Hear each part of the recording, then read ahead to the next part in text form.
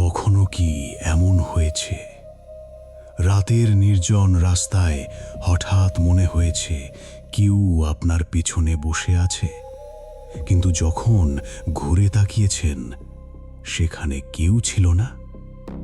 আচ্ছা, যদি একদিন রিয়ার ভিউ মিররে তাকিয়ে দেখেন আপনার পেছনের সিটে বসে আছে আপনি, একই মুখ, একই পোশাক, একই চোখ, কিন্তু তার ঠোঁটে এমন একটা হাসি যা কোনো জীবিত মানুষের হতে পারে না।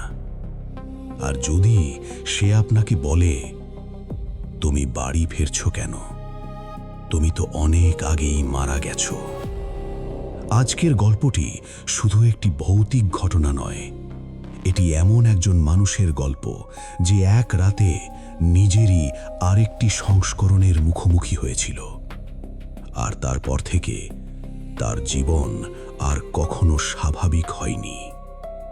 তাই হেডফোন ব্যবহার করুন, আলো একটু কমিয়ে দিন, আর প্রস্তুত হন, কারণ আজকের রাতের পর আয়নায় নিজের মুখ দেখতেও আপনার ভয় লাগতে পারে। স্বাগতম ভূত.com-এ। বাংলাদেশের অজানা রহস্য, ভৌতিক ঘটনা, পরিত্যক্ত স্থান, লোককথা এবং বাস্তব জীবনের গা ছমছমে গল্প নিয়ে আমরা হাজির হই আপনার সামনে। এখানে প্রতিটি গল্পের পেছনে লুকিয়ে থাকে অন্ধকার, রহস্য আর এমন কিছু প্রশ্ন যার উত্তর আজও অজানা। তাই হেডফোন ব্যবহার করুন, আলো একটু কমিয়ে দিন, আর প্রস্তুত হন এমন এক জগতে প্রবেশ করার জন্য যেখানে বাস্তবতা আর দুঃস্বপ্নের সীমারেখা ধীরে ধীরে মিলিয়ে যায়। আপনি দেখছেন ভূত.com, যেখানে প্রতিটি গল্পের শেষে থেকে যায় একটি প্রশ্ন, আসলে কি সত্যিই আপনি একা আছেন? আমার নাম স্বাধীন। ঢাকার ধামরাইয়ের কালামপুর এলাকায় আমাদের বাড়ি। ঘটনাটা আজ থেকে প্রায় 1 বছর আগের। সেই সময় আমি কোনাবাড়ির একটি টেক্সটাইল ফ্যাক্টরিতে কোয়ালিটি ইন্সপেক্টর হিসেবে কাজ করতাম। ফ্যাক্টরির কাজের সময় ছিল নির্দিষ্ট, কিন্তু বাস্তবে কখন বাড়ি ফিরতে পারবো তা নির্ভর করত উৎপাদনের চাপের ওপর। অনেক দিন এমন গেছে রাত 12টা, 1টা, এমনকি 2টোর আগেও ছুটি পাইনি। তবুও আমি বিষয়টাকে স্বাভাবিক বলেই ধরে নিয়েছিলাম, কারণ জীবন তখন চাকরি আর দায়িত্বের মাঝেই আটকে ছিল। কিন্তু 2025 সালের জুলাই মাসের একটি রাত আমার জীবনের সমস্ত স্বাভাবিকতা কেড়ে নিয়েছিল। সেদিন ছিল বৃহস্পতিবার।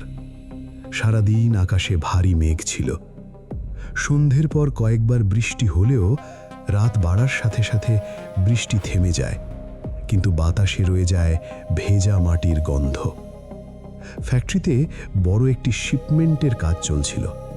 সবাই ব্যস্ত, কেউ বাড়ি যাওয়ার কথা পর্যন্ত ভাবছে না। ঘড়ির কাঁটা যখন রাত 2টো ছুঁয়েছে, তখন অবশেষে কাজ শেষ হলো।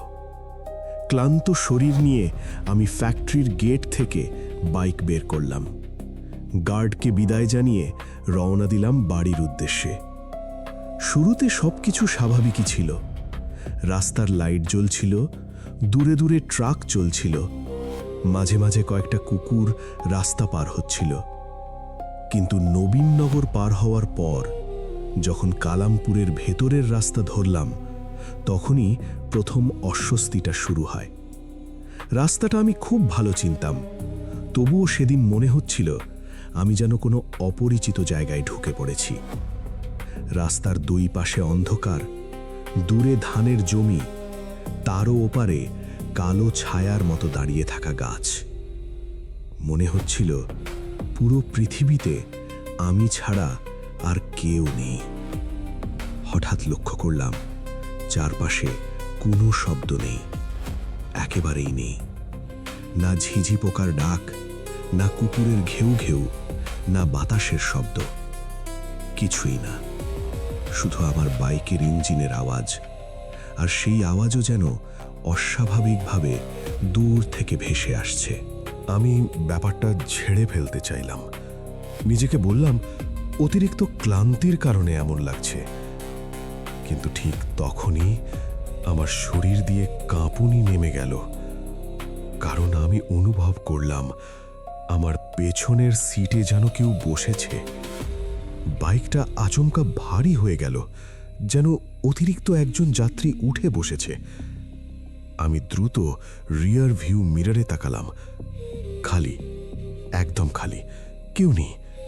কিন্তু অদ্ভুত ব্যাপার হলো, পেছনের সাসপেনশন নিচে নেমে আছে, যেন সত্যি কেউ বসে আছে সেখানে। আমার গলা শুকিয়ে গেল। আমি গতি বাড়িয়ে দিলাম, 60, 70, 80। কিন্তু যতই স্পিড বাড়াচ্ছি, ততই মনে হচ্ছে পেছনের ওজন আরও বাড়ছে, যেন অদৃশ্য কোনো যাত্রী আমার কাঁধের ঠিক পেছনে মুখ নিয়ে বসে আছে।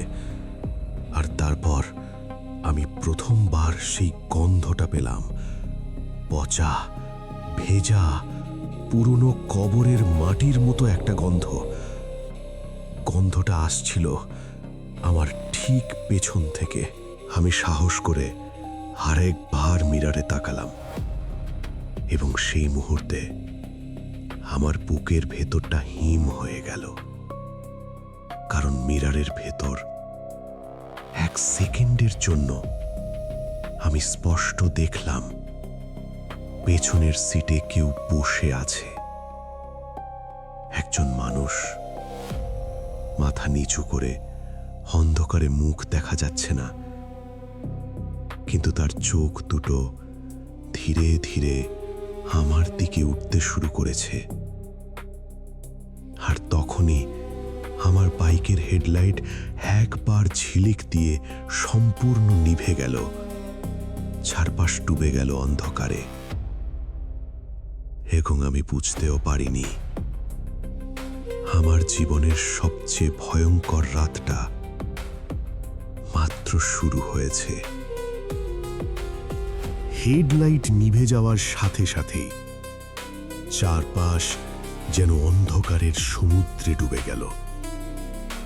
আমি স্বাভাবিকভাবেই ব্রেক চেপে ধরলাম, কিন্তু আশ্চর্যের বিষয়, বাইক থামছিল না।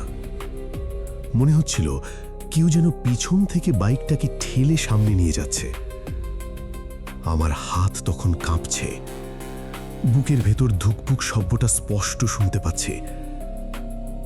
আর ঠিক তখনই আমার ডান কানের পাশে কেউ যেন নিঃশ্বাস ফেলল, গরম, ভারী এবং মানুষের মতো। আমি ঝট করে মাথা ঘুরিয়ে তাকালাম, কেউ নেই। কিন্তু না থাকলে নিঃশ্বাসটা কার ছিল? অবশেষে বাইকটা রাস্তার পাশে থেমে গেল। আমি দ্রুত মোবাইলের ফ্ল্যাশলাইট অন করলাম। আলোর বৃত্তটা ধীরে ধীরে রাস্তার উপর পড়ল। ভেজা পিচ ঢালা রাস্তা, দুই পাশে ঝোপঝাড়, আর সামনে একটা ছোট ব্রিজ। ব্রিজটা আমি আগে বহুবার দেখেছি, কিন্তু সেদিন এটাকে অন্যরকম লাগছিল। কারণ ব্রিজের মাঝখানে কেউ একজন দাঁড়িয়েছিল,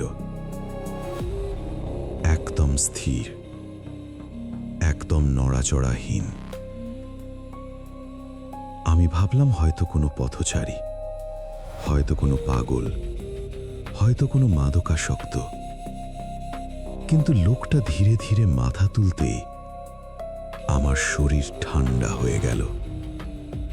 কারণ লোকটার গায়ে আমার মতোই শার্ট, আমার মতোই জিন্স, এমনকি আমার মতোই হাত ঘড়ি। আমি আলোটা ভালো করে ফেললাম, আর পরের মুহূর্তে লোকটা অদৃশ্য হয়ে গেল। একেবারে অদৃশ্য। কোনো দিকে দৌড়ায়নি, লাফ দেয়নি, হাঁটেনি। সেই ছিল, আর তারপর ছিল না। সেই মুহূর্তে আমি একটা সিদ্ধান্ত নিলাম, যত দ্রুত সম্ভব বাড়ি ফিরতে হবে। কিন্তু আমি তখনও জানতাম না এটা ছিল মাত্র শুরু। কিভাবে বাড়ি পৌঁছেছি সেটা আজও পুরোপুরি মনে নেই। শুধু মনে আছে আমি দরজা খুলে ভেতরে ঢুকেছিলাম আর মা অবাক হয়ে আমার দিকে তাকিয়েছিলেন। আমি জুতো খুলতে খুলতে বললাম, কি হয়েছে? মা উত্তর দিলেন, তুই এত দেরি করলি কেন? আমি বললাম, দেরি কোথায়? ফ্যাক্টরি থেকে বেরিয়েছি তো মাত্র আধ ঘন্টা আগে। মা কয়েক সেকেন্ড চুপ করে রইলেন, তারপর দেয়ালে ঝোলানো ঘড়িটার দিকে আঙুল দেখালেন।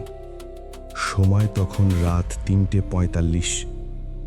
আমি জমে গেলাম, কারণ ফ্যাক্টরি থেকে বের হবার সময় ছিল রাত 2:05। বাড়ি আসতে সর্বোচ্চ 40 মিনিট লাগে, কিন্তু মাঝখানের প্রায় 1 ঘন্টা কোথায় গেল? আমি কোনো উত্তর খুঁজে পেলাম না। আরও অদ্ভুত ব্যাপার, আমার ফোনের কল লগে 3টে মিসড কল ছিল, সবগুলো আমার নিজের নম্বর থেকে। আমি কয়েকবার স্ক্রিনের দিকে তাকালাম, আবার তাকালাম। ভুল দেখছি না তো? না, নম্বরটা সত্যি আমার, কিন্তু আমি নিজেকে ফোন করব কি করে? ভেবেছিলাম এখানেই সব শেষ, একটু ঘুমালেই সব স্বাভাবিক হয়ে যাবে। সকালে ঘুম থেকে উঠে সত্যিই সবকিছু স্বাভাবিক মনে হচ্ছিল। সূর্যের আলো, মানুষের কোলাহল, রাস্তায় গাড়ির শব্দ। রাতের ঘটনাগুলোকে স্বপ্ন বলে উড়িয়ে দিতে ইচ্ছে করছিল, কিন্তু ঠিক তখনই আমার চোখ পড়ল আয়নার দিকে, আর সেখানে যা দেখলাম সেটা আমাকে বুঝিয়ে দিল সমস্যাটা এখনো শেষ হয়নি। আয়নার কোণায় আঙুল দিয়ে কেউ একটা বাক্য লিখে রেখেছে। ধুলোর উপর স্পষ্ট লেখা ছিল, আমি আবার আসব। আর সবচেয়ে ভয়ঙ্কর ব্যাপার, ওই লেখাটা আমার নিজের হাতের লেখার মতো ছিল। আমি কয়েক সেকেন্ড স্থির হয়ে দাঁড়িয়ে রইলাম। আয়নার ওপর লেখা বাক্যটা একদম পরিষ্কার দেখা যাচ্ছে, আমি আবার আসব। আমার বুকের ভেতরটা ধীরে ধীরে ঠান্ডা হয়ে যেতে লাগলো, কারণ ওই হাতের লেখা আমি চিনতে পেরেছিলাম। ওটা আমার নিজের হাতের লেখা, একদম আমার মতো। প্রথমে ভাবলাম হয়তো রাতে আমি নিজেই লিখেছি, কিন্তু তারপরই মনে পড়ল আমি তো আয়নার কাছে আসিনি। আর যদি লিখেও থাকি তাহলে আমার কিছুই মনে নেই কেন? সারা দিন অফিসে কাজ করলেও মাথার ভেতর থেকে প্রশ্নটা সরছিল না।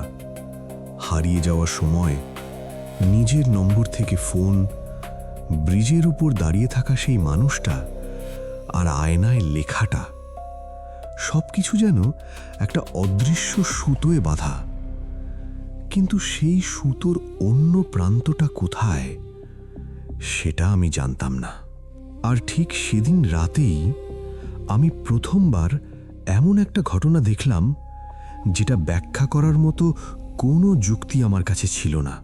রাত প্রায় 12টা, আমি নিজের ঘরে বসে ফোন দেখছিলাম। বাইরে হালকা বৃষ্টি পড়ছিল, জানালার কাছে টুপটাপ শব্দ হচ্ছিল, সবকিছু স্বাভাবিকই লাগছিল। হঠাৎ ফোনের স্ক্রিনে একটা নোটিফিকেশন ভেসে উঠল। আননোন নাম্বার, কোনো মেসেজ। আমি খুলে দেখলাম মাত্র একটি লাইন লেখা, আজ রাতে জানালার দিকে তাকিও না। আমার শরীরের ভেতর কেমন যেন একটা অনুভূতি ছড়িয়ে পড়ল, কারণ আমি কাউকে এই ঘটনার কথা বলিনি। তাহলে কে জানলো আর কেন জানালার দিকে তাকাতে নিষেধ করছে? আমি নিজেকে শান্ত রাখার চেষ্টা করলাম, কিন্তু মানুষের স্বভাবটাই এমন, যেটা দেখতে নিষেধ করা হয় সেটাই দেখতে ইচ্ছে করে। অবশেষে আমি ধীরে ধীরে মাথা ঘুরিয়ে জানালার দিকে তাকালাম। প্রথমে কিছুই দেখলাম না, শুধু অন্ধকার আর বৃষ্টির ফোঁটা। আমি মনে মনে হাসলাম, ভাবলাম কেউ হয়তো মজা করছে। কিন্তু ঠিক তখনই বিদ্যুৎ চমকালো। মাত্র 1 সেকেন্ডের জন্য। আর সেই 1 সেকেন্ডে আমি জানালার বাইরে কাউকে দাঁড়িয়ে থাকতে দেখলাম। একজন মানুষ, মাথা নিচু, স্থির, নড়ছে না।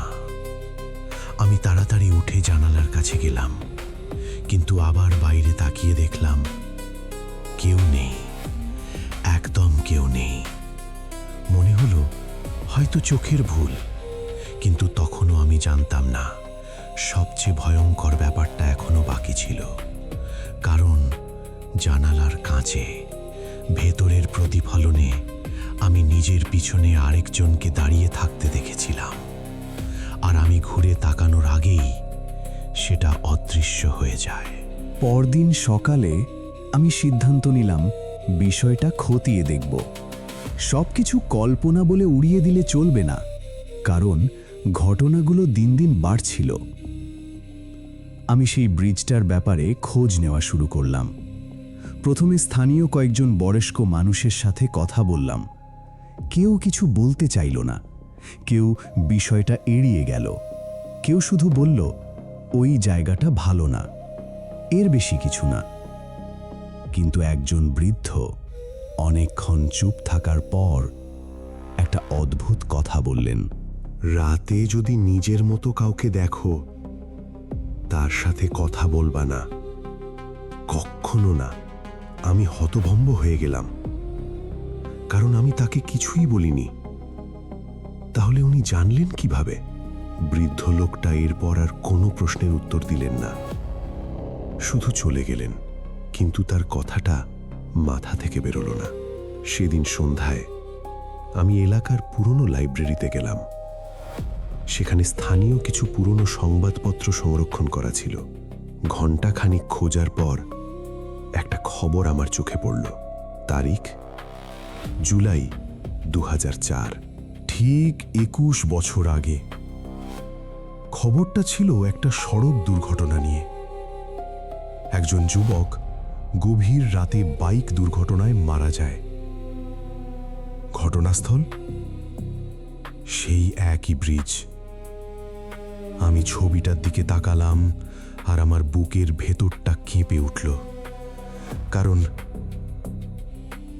ছবিটার ছেলেটার মুখ আমার মতো ছিল। পুরোপুরি এক না, কিন্তু অস্বাভাবিক রকমের মিল ছিল। আর তার নামটা পড়ে আমার শরীরের রক্ত যেন জমে গেল, কারণ ছেলেটার নামও ছিল স্বাধীন। আমি কয়েক মিনিট ধরে খবরের কাগজটার দিকে তাকিয়েছিলাম, বারবার, আবার বারবার। মনে হচ্ছিল হয়তো আমি ভুল দেখছি, কিন্তু না, নামটা স্পষ্ট লেখা ছিল, স্বাধীন রহমান, আমার নিজের নাম। আর সবচেয়ে অদ্ভুত ব্যাপার, ছেলেটার বয়সও ছিল প্রায় আমার সমান। আমার হাত কাঁপতে শুরু করলো। কিছু একটা মিলছে না, কিন্তু ঠিক কি মিলছে না আমি ধরতে পারছিলাম না। সেই রাতে বাড়ি ফিরে আমি পুরনো খবরটার ছবি বারবার দেখতে লাগলাম। হঠাৎ একটা বিষয় চোখে পড়ল। দুর্ঘটনার সময় লেখা ছিল রাত 2:37। আমি থমকে গেলাম, কারণ যেদিন আমি সেই ব্রিজে ঘটনাটা দেখেছিলাম, আমার ফোনের লাস্ট লোকেশন আপডেটও হয়েছিল রাত 2:37। একই জায়গা, একই সময়। কাকতালীয় নাকি অন্য কিছু? আর ঠিক তখনই আমার ফোন বেজে উঠল। Unknown number. আবার আমি কয়েক সেকেন্ড স্ক্রিনের দিকে তাকিয়ে থাকলাম, তারপর কল রিসিভ করলাম। কেউ কথা বলছে না, শুধু নিঃশ্বাসের শব্দ, ধীরে, ভারী, কাছাকাছি। তারপর ফোনের ওপাশ থেকে একটা কণ্ঠ ভেসে এলো, খুব আস্তে, খুব নিচু স্বরে। তুই খোঁজ নেওয়া বন্ধ কর। আমার বুক ধক করে উঠল। কারণ কণ্ঠটা আমার নিজের ছিল, একদম আমার নিজের। আমি কিছু বলার আগেই কল কেটে গেল, আর তখনই একটা মেসেজ এলো। মাত্র 4টে শব্দ, ওই ব্রিজে ফিরে আয়। সেই মুহূর্তে আমার মনে হচ্ছিল কেউ আমাকে টেনে নিয়ে যাচ্ছে, কোনো অদৃশ্য শক্তি। কিন্তু কেন, সেটা আমি জানতাম না। পরদিন অফিসে যাওয়ার বদলে আমি সরাসরি ব্রিজটার দিকে রওনা দিলাম। সকালবেলা জায়গাটা একদম স্বাভাবিক লাগছিল। মানুষ হাঁটছে, রিক্সা যাচ্ছে, কিছুই অস্বাভাবিক না। কিন্তু আমি জানতাম রাতের পর এই জায়গাটা অন্য রকম হয়ে যায়। আমি আশেপাশে খোঁজাখুঁজি শুরু করলাম। হঠাৎ ব্রিজের নিচে একটা পুরনো ভাঙা পিলারের গায়ে কিছু খোদাই করা লেখা চোখে পড়ল। খুব পুরনো, প্রায় মুছে যাওয়া। আমি হাত দিয়ে ধুলো সরালাম, আর তারপর লেখাটা পড়তে পারলাম। আমি ফিরে আসব। আমার শ্বাস বন্ধ হয়ে আসছিল, কারণ একই কথাটা আয়নায়ও লেখা ছিল। একই বাক্য, একই স্টাইল। ঠিক তখনই আমার মাথার ভেতর হঠাৎ একটা দৃশ্য ভেসে উঠল। আমি যেন অন্য একটা স্মৃতি দেখতে শুরু করলাম। রাত, বৃষ্টি, একটা বাইক, কেউ একজন দ্রুত ব্রিজের দিকে ছুটে আসছে। তারপর একটা প্রচণ্ড শব্দ, চিৎকার, আর রক্ত, অনেক রক্ত।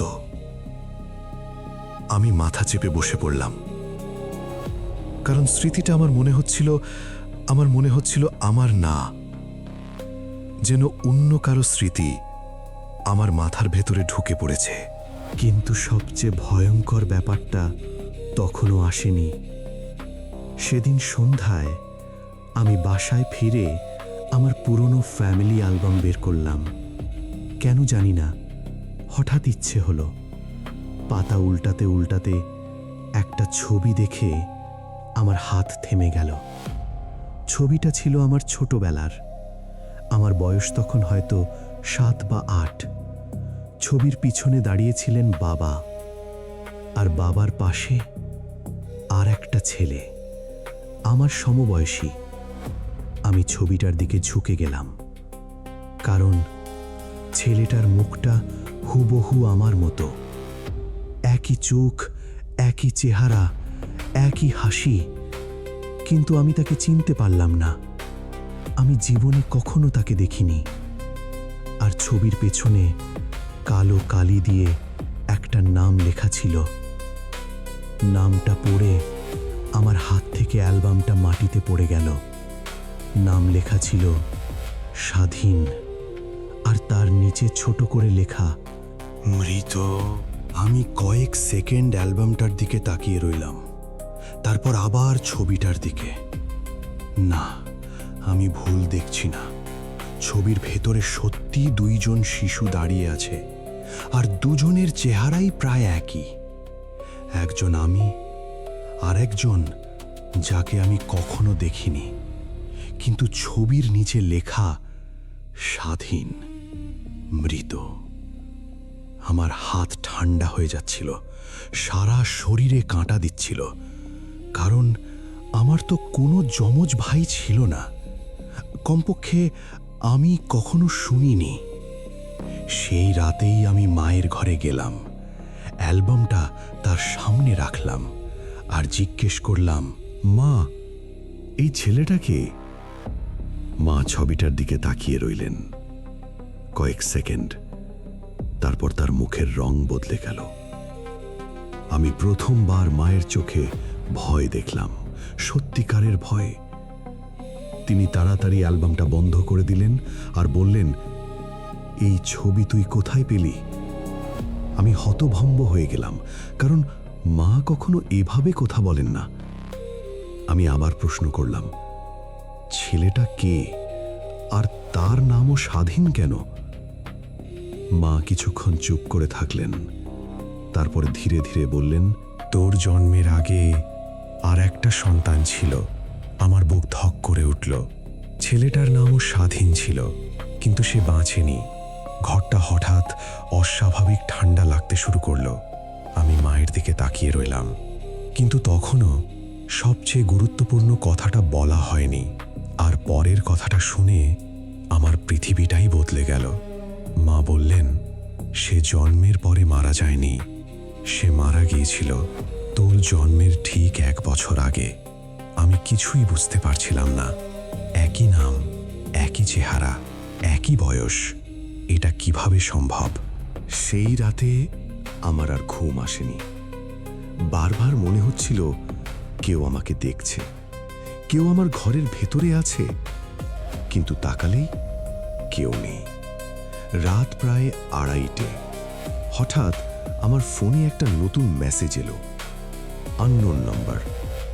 এবার শুধু একটা লোকেশন আর নিচে লেখা, সত্য জানতে চাইলে এখানে আয়। আমি জানতাম আমার যাওয়া উচিত না, কিন্তু আমি গেলাম। লোকেশনটা ছিল সেই ব্রিজের পাশের একটা পরিত্যক্ত বাড়ি। বাড়িটা বহু বছর ধরে খালি পড়ে আছে। লোকজন বলে সেখানে রাতের পর কেউ যায় না। আমি টর্চ নিয়ে ভেতরে ঢুকলাম। দেওয়াল ভাঙা, ছাদ ঝুলে আছে, চারপাশে ধুলো।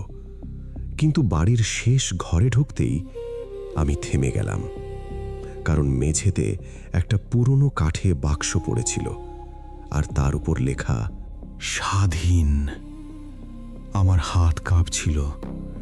ধীরে ধীরে বাক্সটা খুললাম। ভেতরে ছিল পুরনো কিছু কাগজ, কিছু ছবি আর একটা ডায়েরি। ডায়েরির প্রথম পাতায় লেখা, যদি কেউ এটা পড়ে তাহলে বুঝবে আমি এখনো হারিয়ে যাইনি। নিচে স্বাক্ষর, স্বাধীন। আমি পাতা উল্টাতে শুরু করলাম, আর ধীরে ধীরে সবকিছু পরিষ্কার হতে শুরু করলো।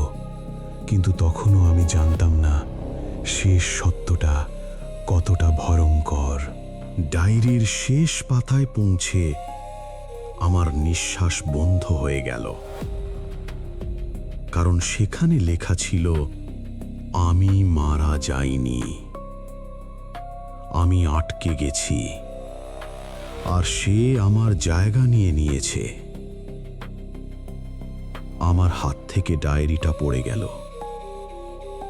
ঠিক তখনই ঘরের ভেতরে কারো পায়ের শব্দ শোনা গেল, ধীর, ভারী, একদম আমার পিছনে। আমি ধীরে ধীরে ঘুরে দাঁড়ালাম, আর এবার প্রথমবার তাকে স্পষ্ট দেখলাম। সে আমি, একদম আমি। একই মুখ, একই চোখ, একই পোশাক, কিন্তু তার হাসিটা মানুষের হাসি ছিল না। সে আমার দিকে তাকিয়ে বলল, অবশেষে বুঝতে পেরেছিস, আমি তোকে খুঁজছিলাম। আমার পা যেন মাটিতে আটকে গেল। আমি কিছু বলতে পারছিলাম না। সে ধীরে ধীরে সামনে এগিয়ে এলো আর বলল, এই জীবনটা আসলে আমার ছিল, আমি শুধু সেটা ফেরত নিতে এসেছি। ঘরের ভেতর হঠাৎ প্রচণ্ড ঠান্ডা হয়ে গেল। চারপাশের অন্ধকার যেন নড়ে উঠল। আমি দৌড় দিতে চাইলাম, কিন্তু পারলাম না, কারণ ঠিক সেই মুহূর্তে আমি বুঝতে পারলাম তার ছায়া নেই, কিন্তু আমারও নেই। আর তারপর সব কিছু অন্ধকার হয়ে গেল। চারপাশে শুধু অন্ধকার। কতক্ষণ অচেতন ছিলাম আমি জানি না। যখন চোখ খুললাম, দেখলাম আমি সেই পুরনো বাড়ির মেঝেতে পড়ে আছি। মাথাটা প্রচণ্ড ব্যথা করছিল, কিন্তু আমার মাথার ভেতরে আর একটা জিনিস হচ্ছিল, স্মৃতি, অনেক স্মৃতি। যেগুলো আমার হওয়ার কথা নয়। আমি দেখতে পাচ্ছিলাম একটা ছোট ছেলে, তার নাম স্বাধীন। সে তার বাবা মায়ের সাথে হাসছে, দৌড়াচ্ছে, খেলছে। তারপর একটা রাত, একটা বাইক, একটা ব্রিজ, একটা দুর্ঘটনা, আর তারপর অন্ধকার। হঠাৎ সবকিছু পরিষ্কার হয়ে গেল। আমি বুঝতে পারলাম সত্যিটা কি। সেই ছেলেটা আমি ছিলাম না, কিন্তু আমার নাম, আমার মুখ, আমার জীবন সবকিছু তার থেকে নেওয়া। আমার বুকের ভেতরটা মোচড় দিয়ে উঠল, কারণ আমি জন্মানোর আগেই স্বাধীন নামে একজন ছিল, আর তার মৃত্যুর পর আমার জন্ম হয়। কিন্তু সেই মৃত্যু ছিল অস্বাভাবিক, অপূর্ণ। কিছু একটা অসম্পূর্ণ রয়ে গিয়েছিল, আর সেই কারণেই সে কখনো পুরোপুরি চলে যেতে পারেনি। সে অপেক্ষা করছিল বছরের পর বছর, যতদিন না আমি সেই ব্রিজে ফিরে আসি, যতদিন না আমি তার গল্পটা জানতে পারি। ঠিক তখনই আমার পিছন থেকে সেই কণ্ঠটা আবার শোনা গেল, এখন তুই বুঝেছিস। আমি ধীরে ধীরে ঘুরে দাঁড়ালাম। সে সেখানে দাঁড়িয়েছিল, আমার মতোই দেখতে, কিন্তু এবার তার চোখে কোনো রাগ ছিল না, শুধু ক্লান্তি, অনেক বছরের ক্লান্তি। সে বলল, আমি তোর জীবন নিতে আসিনি, আমি শুধু চাইছিলাম কেউ যেন আমার কথা মনে রাখে। আমার শরীর কাঁপতে লাগলো, কারণ এতদিন ধরে আমি ভুল মানুষকে ভয় পেয়েছিলাম। আসল রহস্য অন্য কোথাও ছিল। পরদিন সকালে পুরনো বাড়িটা আর খুঁজে পাওয়া গেল না। আমি আবার সেখানে গিয়েছিলাম, কিন্তু জায়গাটা সম্পূর্ণ ফাঁকা।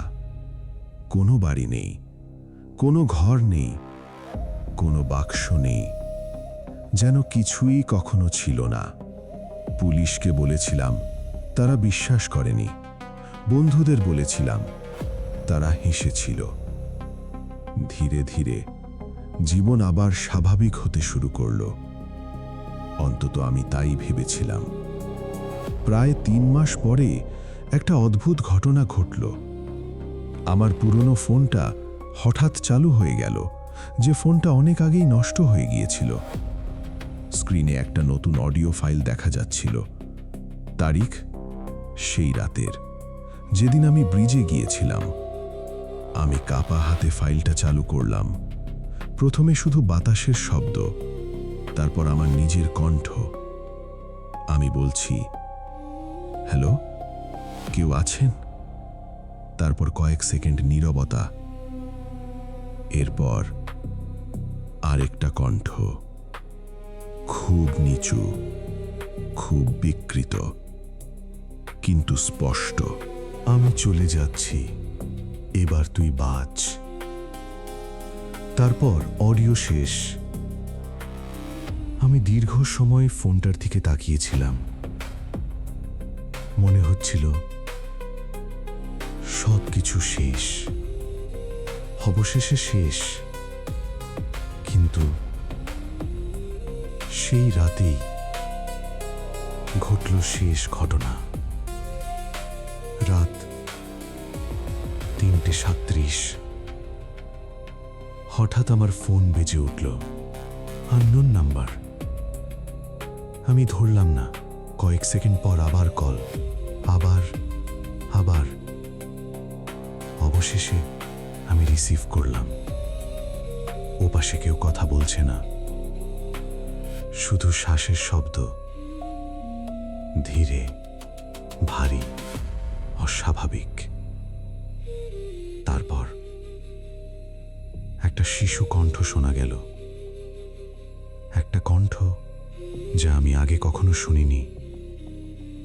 ভাইয়া, এখন আমার পালা। কল কেটে গেল। আমার শরীর জমে গেল, কারণ স্বাধীন কখনো কোনো ভাইয়ের কথা বলেনি, কখনো না। আর পরদিন সকালে আমার দরজার সামনে একটা পুরনো ছবি পাওয়া গেল। ছবিটায় দাঁড়িয়েছিল 3 জন শিশু, একজন আমি, একজন স্বাধীন, আর মাঝখানে আর একজন, যার মুখটা কালো কালি দিয়ে মুছে ফেলা ছিল। তাহলে আসলে কি সবকিছু শেষ হয়েছিল? একই নামের মৃত ছেলেটি, হারিয়ে যাওয়ার সময়, আর সেই রহস্যময় ফোন কল, এই 3টে প্রশ্নের উত্তর মিললেও শেষ প্রশ্নটার উত্তর আজও পাওয়া যায়নি। ছবির 3য় শিশুটি কে ছিল, আর কেন তার মুখ মুছে ফেলা হয়েছিল? পুলিশ কখনো এর উত্তর খুঁজে পায়নি, আমিও না।